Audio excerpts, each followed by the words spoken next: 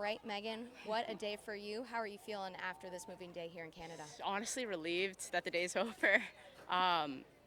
Going into today, I had a one-shot lead, and obviously Lynn's a great player. And so it was just kind of like you look at the leaderboard and you know who's behind you, and you try to ignore it as much as you can, but it's kind of scary. But I kind of told Jack today, like, hey, let's do our best to try to stay in our own little world, and take it one shot at a time, and just kind of keep playing like we have been this week. A few birds out there in the front nine. What was working well for you to kind of get that round started the way you wanted? Honestly, I was hitting it really good today. It's always good when the ball striking is there. I hit some pretty good shots to about 15 feet the first two holes. Couldn't hole them, but Jack just kind of reassured me out there, like, hey, you're putting good strokes on it. Like, it'll drop soon. Made a good up and down on 4, and was able to kind of keep the momentum going and make some short putts coming down for par too. Yeah. Not only that, but just what did it mean to have those 3 straight birdies on the back nine after the bogeys that you had?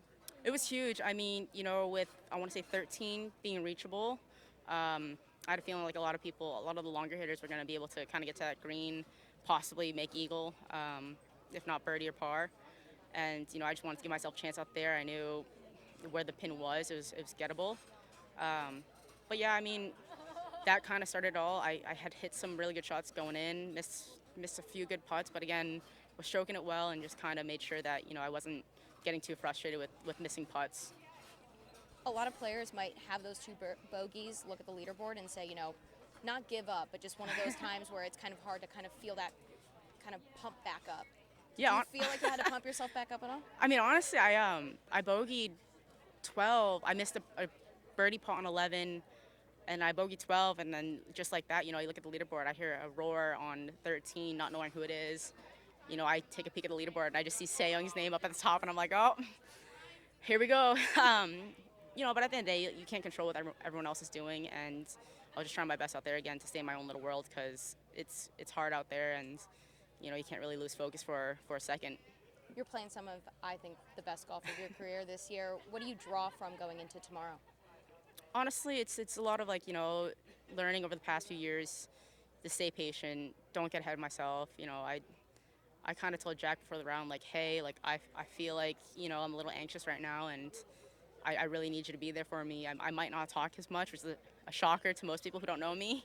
But no, at the end of the day, I know Jack's there for me, and I'm obviously trying to do my best, and he knows that.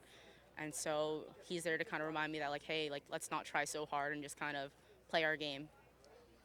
Seeing your name at the top of the leaderboard always feels good, I feel like, for you. But, what does it mean for all the culmination of all the hard work that you've been putting in to kind of get to this moment? What's the next 12 hours look like for you? If I'm being blatantly honest, next 12 hours looks like food and sleep and a coffee in the morning. I mean, I've been trying to keep it really routine. Today it was kind of hard having a 250 tee time, knowing that you have like a one-shot lead. But at the end of the day, I'm just gonna try my best to keep that same mindset, stay patient. I mean, these fairways are tight, these greens are firm, and really just kind of trust myself out there. And interesting, I know it's obviously individual stroke play, but I would be remiss to not mention playing with Lynn. After Solheim is on the line, how cool was that to kind of have that European v USA flair? Honestly, it was a lot of fun.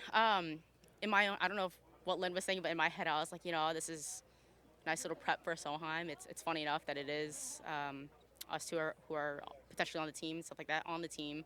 I know she's on her team. I know I think I clinched it. Yeah. And so, it's little fun games that I try to keep myself entertained out there. It's not a ton, but I mean, obviously it's not the huge focus, but again, it's nice to have a little game with myself. Absolutely. Well, great job today, Megan. Thank you.